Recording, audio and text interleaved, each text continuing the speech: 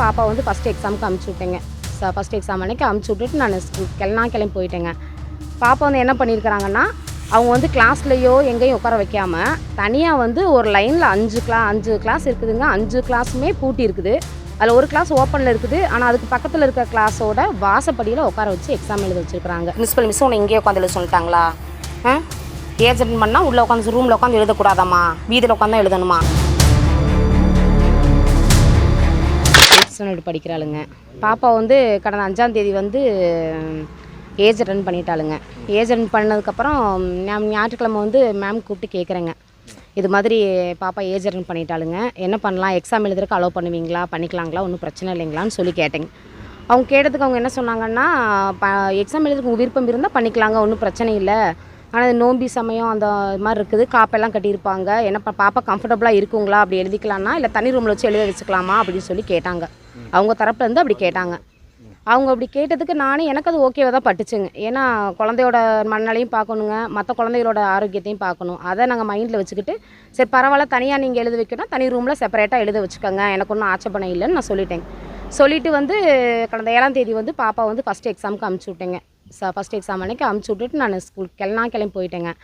பாப்பா வந்து என்ன பண்ணியிருக்கிறாங்கன்னா, அவங்க வந்து கிளாஸ்லேயோ எங்கேயும் உட்கார வைக்காமல் தனியாக வந்து ஒரு லைனில் 5 கிளாஸ் இருக்குதுங்க. 5 கிளாஸுமே பூட்டி இருக்குது. அதில் ஒரு கிளாஸ் ஓப்பனில் இருக்குது. ஆனால் அதுக்கு பக்கத்தில் இருக்க கிளாஸோட வாசப்படியில் உட்கார வச்சு எக்ஸாம் எழுத வச்சுருக்குறாங்க. பாப்பா எக்ஸாம் எழுதிட்டு வீட்டுக்கு வந்துட்டாளுங்க. வந்ததுக்கப்புறம் ஈவினிங் வந்து ஒரே பெயினாக இருக்குது, கால் வந்து ஒரே பெயினாக இருக்குது அப்படின்னு சொல்லி சொன்னாப்பிடிங்க. சொன்னதுக்கப்புறம் நானும் சரி இந்த டைமில் மென்சஸ் டைமில் வந்து அப்படி தான் இருக்கும் அப்படின்னு நான் அவளை ஆறுதல் படுத்திட்டு நான் இருந்துட்டேங்க. நைட்டு ரொம்ப டைம் ஆக ரொம்ப ஒரு கால் மட்டும் ரொம்ப பெயினாக ஆரம்பிச்சிருச்சு, இந்த மாதிரி தைலம் போட்டு விடுங்க அப்படின்ற மாதிரி அவள் சொன்னாளுங்க.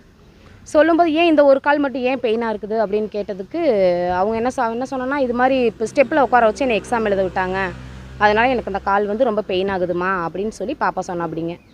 பாப்பா சொன்னதுக்கப்புறம் எங்களுக்கு அது பிடிக்கலைங்க. ஏன் அப்படி பண்ணாங்க அப்படின்னு எங்களுக்கு தோணிகிட்டே இருந்துச்சுங்க. என்ன பண்ணால் மறுபடியும் செவ்வாய்க்கிழமை வந்து பாப்பாவுக்கு வெறும் கிளாஸ் தான் இருந்துச்சு, எக்ஸாம் இல்லை, அதனால் நான் வீட்டில் இருக்க வச்சுட்டேன். அடுத்த நாள் வந்து புதன்கிழமை வந்து 9ஆம் தேதி மறுபடியும் எக்ஸாம் எழுதுறதுக்கு திரும்ப நான் அலோவ் பண்ணேங்க. சரி போகட்டும், எக்ஸாம் எழுதிட்டு வந்துடட்டும் அப்படின்னு சொல்லிட்டு அலோவ் பண்ணேங்க. பாப்பா கொண்டு விட்டுட்டு வந்துட்டேங்க. வந்ததுக்கப்புறம் ஒரு 11 மணிக்கு பக்கம் எனக்கே மனசு கேட்கலைங்க, என்ன பண்ணிகிட்டு இருக்காங்க, ஒரு வேளை அப்படி தான் எக்ஸாம் எழுதுறாளா, என்ன பண்ணுறா அப்படின்னு நான் யோசிச்சுட்டே இருந்தேங்க. சரி நம்ம ஏன் யோசிச்சுட்டே இருக்கணும், போய் பார்த்துட்டு வந்துடுவோன்னு சொல்லி நான் ப்ராப்பராக நம்ம சரி ஸ்கூலுக்கு போகலான்னு சொல்லி நான் கிளம்பி வந்தேங்க. கிளம்பி போனால் அதே மாதிரி பாப்பா அதே மாதிரி படியில் உட்காந்து எக்ஸாம் எழுதிட்டு இருந்தாளுங்க. எனக்கு பார்த்தோன்னே என்னால் தாங்க முடியலைங்க. அதே ஒரு குழந்த, ஒரு 13 வயசான குழந்த, ஒரு ஏஜ் அட்டன் பண்ணி 3 நாள் ஆன குழந்த, எக்ஸாமுக்கு நம்ம சரி 3 நாள் ஆனாலும் பரவாயில்ல, நம்ம எக்ஸாம் ஃபுல்லாக படிப்பு கெட்டக்கூடாது தான் நம்ம எக்ஸாம் எழுத வைக்கிறாங்க. அப்படி இருக்கிற பட்சத்தில் அந்த குழந்தையோட மனநிலையும் அந்த குழந்தை உடல்நிலை எதையுமே அவங்க கவனிக்கவே இல்லைங்க, அவங்க நினைக்கவே இல்லைங்க.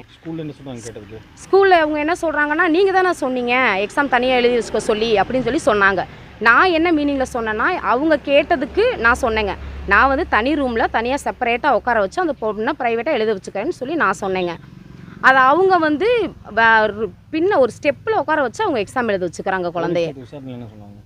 சார் போலீஸ் விசாரணையில் வந்து அவங்க விசாரிச்சாங்க சார், விசாரிச்சு எங்கள் தரப்பில் இருந்து நாங்கள் எல்லாம் சொல்லிட்டோம். அவங்க தரப்பில் இருந்து அவங்க எந்த ஒரு பதிலுமே அவங்க சொல்லலைங்க. அவங்க எந்த பதில் சொல்கிற மாதிரி தெரிலைங்க. அவங்க தப்பு பண்ணியிருக்கிறோன்ற ஒரு கில்ட்டி ஃபீலிங்கே அவங்கக்கிட்ட இல்லைங்க.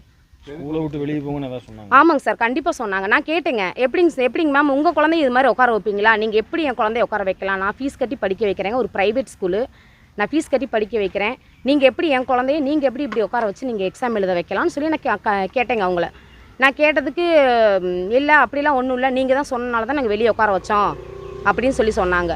சொன்னதுக்கு நான் எங்கள் வீடியோ எடுத்துக்கிறேன், இருங்க நான் என்ன பண்ணுறேன்னு பாருங்கள், நாங்கள் இதை கண்டிப்பாக அதை நாங்கள் பிரச்சனை நாங்கள் இப்போ இது பண்ணணும் அப்படின்னு சொல்லி சொன்னேங்க. நான் கண்டிப்பாக இதுக்கான நடவடிக்கை நாங்கள் எடுக்கணும் அப்படின்னு சொல்லி சொன்னேங்க. சொன்னதுக்கு அவங்க என்னன்றாங்கன்னா, நீங்கள் வீடியோ வச்சுட்டு கேம்பஸ்க்கு வெளியில் போய் நீங்கள் என்ன வேணாலும் பண்ணுங்கள், இப்போ குழந்தைய கூட்டிகிட்டு நீங்கள் கிளம்புங்க அப்படின்னு ஹார்ஷாக சொல்கிறாங்க.